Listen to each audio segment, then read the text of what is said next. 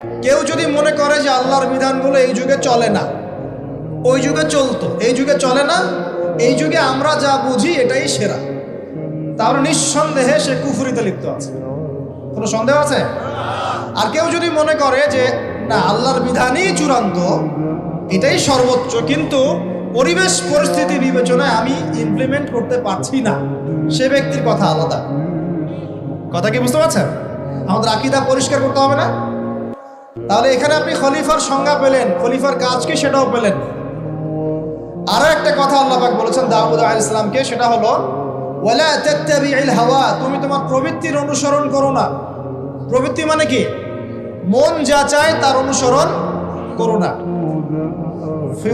ফায়ুদিল্লাকা আন সাবিলিল্লাহ, তাহলে এই অনুসরণ তোমাকে আল্লাহর পথ থেকে বিচ্যুত করে দিবে। ইন্নাল্লাযীনা ইউদিল্লুনা আন সাবিলিল্লাহি লাহুম আযাবুন শাদীদ বিমা নাসু ইয়াওমাল হিসাব, যারা নিজের মন গড়া প্রবৃত্তির অনুসরণ করেছে তারা আল্লাহ পাকের সরল পথ থেকে বিচ্যুত হয়ে গেছে, এবং আল্লাহ পাক তাদেরকে কঠিন শাস্তি দিবেন, কারণ তারা কিয়ামতের দিনটাকে ভুলে